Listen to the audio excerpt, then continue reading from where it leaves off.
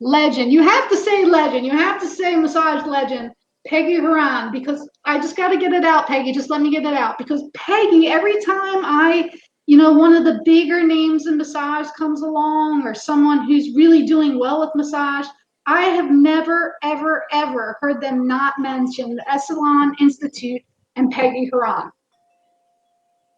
Oh, all right. You started your journey from New York City to Big Sur in 1969. Is that correct? That's right. So And I'm a they were legend now, as I just. Hmm? you Go are ahead. absolutely a legend. Is it okay that I call you a legend? It is okay, and I said I've earned it now that I just turned 80 last Yes, week. you are such an inspiration. Such an inspiration. So I I if thank I you. look like you look when I'm 80, I am going to be like I'll probably be smiling as much as you're smiling. Hey, yay! So, how much was a massage at Big Sur, in Big Sur when you started? Sorry, what? Say that again, please. How much was a massage in Big Sur when you started? How much did it cost? It was, I think it was $12.50 at Esalen. And of that, I think we got $7. Wow. And then it went to 15. Yeah, then we doubled it. It went to 15. Um, and then it gradually worked itself up to now for the most expensive would be an off-property massage where somebody just comes in for the massage, and that's up to 185. So we've moved right along in 50 years. My, how times have changed. Another thing that I Yeah, yeah. Another thing I just wanted to cover real quick too that I heard was they had musicians at Big Sur and the Esalen Institute like Bruce Springsteen, Crosby, Stills and Nash. Who else was there? That is amazing. Well, in the early days, they had a folk festival, and the folk festival was yearly event, and Joan Baez was a big piece of that. She came every year. She used to come on retreat to Esalen for many years, and still does sometimes. And oh my God, Crosby, Stills, and Nash. Oh, I'm blanking. So many of the musicians from those days.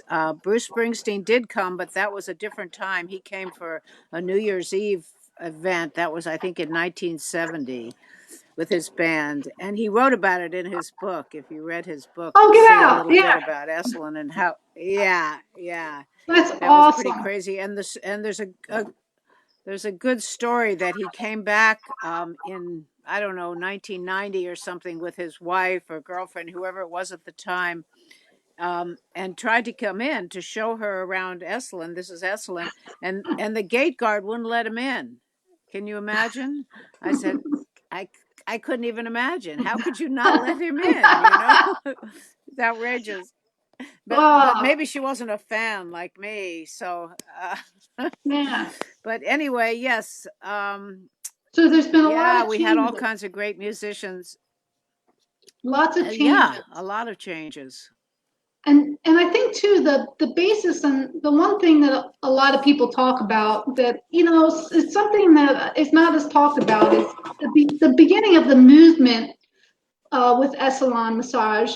I've heard you say before that it kind of started off like you used the word sensual, and some people go at the word sensual now, but it had a different meaning, I think, when the movement first started in the 70s with body work and with Esalen. Do you want to talk about that at all, or? Sure. Well, it definitely was new in the culture because we had come out of the 50s, which was a very conservative time in every way. And then along comes the 60s and women's lib, and people are sort of reclaiming their bodies and beginning to feel and know that it's okay to have a body and to feel it. And so uh, naturally, the sensual piece was a part of the expression of the time, and sort of helping people bring back to each person that sense of feeling and of enjoying being able to feel one's body rather than shutting it down and pretending it just was there for the ride.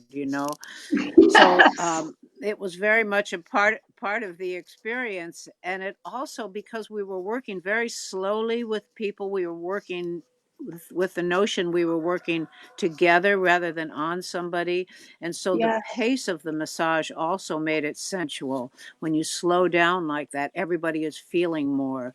So Hmm. it was very much a gift of the times, and an important piece. And now we don't use that word. Culturally, it's a little bit off these days. But when we talk about it historically, it's definitely an important adjective. I agree. I agree. And I just want to now, as we're talking about that, I just want to thank you so much. And I hope that everyone realizes how big a part of the movement you are. And two, just in 80 years old and to still be hanging tight and really still be making a difference to me is just so amazing. I'm so honored and pleased to have you with me. And I just know even in 1996, when I started doing massage, people were like, only my husband touches me. It was still even in the 90s. Yeah, yeah. Well, like it went the other way and it got more conservative again, and they were like, only my husband touches me, and men were like, so we've gone through these couple of swings of the pendulum where things have gone back and forth, and it feels like somehow we're maybe a little bit in the gray. Would you agree that there's been a little bit of a swing here and there? Oh, huge, huge swing. I mean, we went from being very kind of loose and I would say probably without good boundaries in the early days, certainly 60s, 70s, and even into the 80s. And then things began to change, and now it's one of the most important pieces of our teaching is teaching our new practitioners about boundaries, respect, power differential, all of these things that make the relationship work for a Right. practitioner and a client. So I would say definitely it's more conservative, and I would say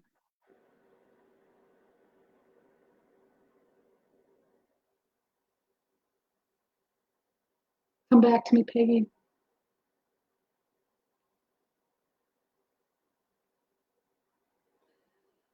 Everyone, it looks like we might have lost Peggy for a minute, maybe 2 minutes.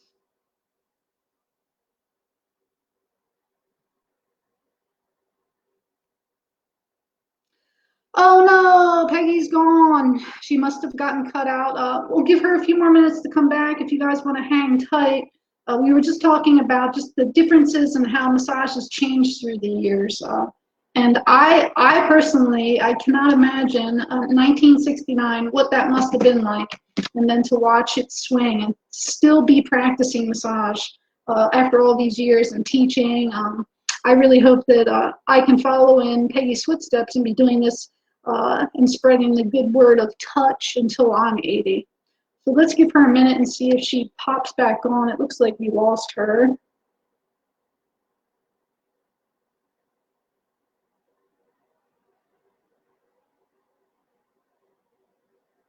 Just me. Peggy, Peggy, Peggy, Peggy. She had a bad connection. We'll have to wait and see. Does anybody have any questions they want to put in the comments? You're more than welcome. I'm just going to dance a little until she comes back. If she comes back, to wait and see. What do you guys think? She thinks she's coming back? Anybody have any questions? Feel free to put them in the comments. And, I can follow up.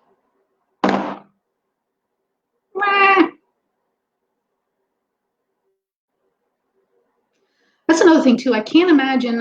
Here she is again. Thank God.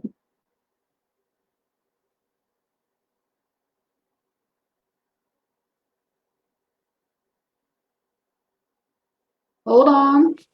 I'm Yay! back. Yay. Yay! I don't know what happened. I would wait a lifetime for you, Peggy. I would wait for you for a lifetime. So what you were saying Oh, was thank you. we were talking about where you got lost cut off was the pendulum swing.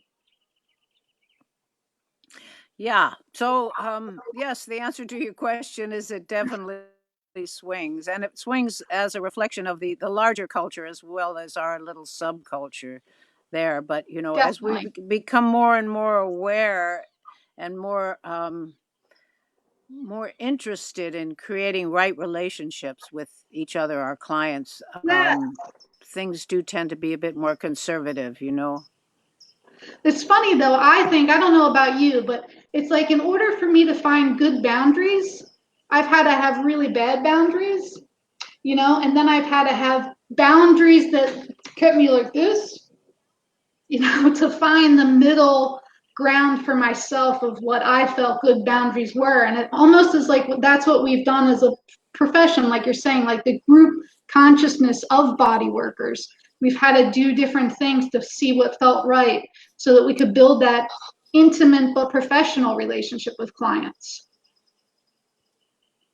Yeah, and also, the cultural awareness. I mean, with Me Too movement, there's a lot more awareness around sexual impropriety. So, things change, and hopefully for the better. So tell me, Peggy, you've been around since 1969. I'm going to keep saying that because I think that's one of the most beautiful things I've gotten to say in a while is, what do you think about, what do you think is, about what's going on now? What are you kind of doing what do you think this pandemic's going to do to our business? How are you holding up? What are you doing to keep well? Well, yeah, that's a big question. I mean, personally, I'm quite enjoying this unstructured time in my life, and I have my granddaughter lives with us, and I have a lot more time to be with her and help with her homeschooling, and um, be in my garden and take walks and do my practice, my yoga, meditation. I mean, it's kind of a lovely time if we didn't have this underlying anxiety about the world. There haven't been any cases of COVID in Big Sur. Everybody's been Oh, wow. healthy, and so we're very Oh, that's lucky amazing. here. Yeah, very lucky. But we're all sheltering at home, and we're also working, doing some work at Esalen, kind of creating a sort of a new platform for our massage work to be taken out into a bigger world. But because of this COVID and the no touching and the no contact, we're really kind of in a hold place in this moment. I mean, even so many people going online and giving classes, and we've talked about that, but that's again, timing is not right. We don't know how exactly it's going to look when Esalen opens again, what the practice is going to look like, what classes will be like, if there'll even be classes for a while. I think we may be on hold here for a bit longer, but it gives us a good opportunity to really examine closely what we're doing and how we're presenting it, and sort of fine tune our curriculum. And that's what we're doing. So for us, it's nice to have this break and this opportunity to really look internally at the work, at our process, and how we're presenting it and how we want to present ourselves in the world. And so it's a good time for self-reflection and for organization and sort of team building. So that's what we're doing. So I think we're using the time well. Um, and hopefully it'll be sooner rather than later, but whenever, we'll get back to it.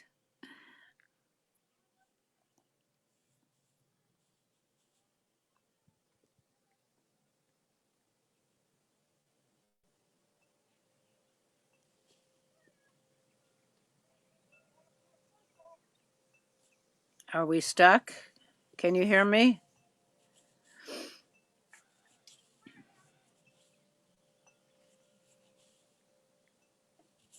We're frozen.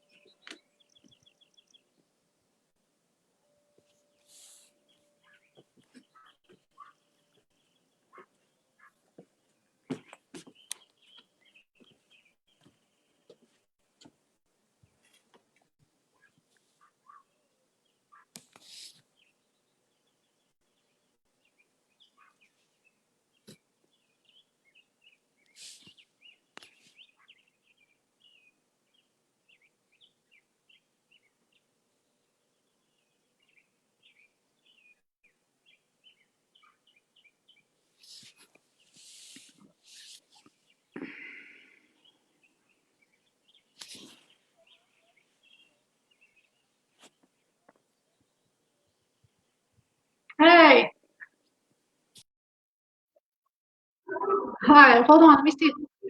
I don't either. Let's go. I think we're back. Oh, There wait, we we're back are. on there. We're already on. We didn't have to get back on. Hey, We're everybody. back. We're back. So you were saying that the All Big right. Sur is the Esalen Institute. You just kind of like rethinking the program and don't just hoping to grow it in this time and you're enjoying all in all, despite some of the stuff going on, you're getting to spend a little more time with your family. I do, and it's also nice to be involved in this bigger project with Esalen. So I have something else to think about, professionally as well. So there's a little bit more balance in my life. But the facility is, of course, closed. Esalen is closed, and there's just a skeletal staff there at the moment, keeping everything maintained. And the opening date, they're hoping now July, but that again can be postponed depending on what the temperature is in the world at that time.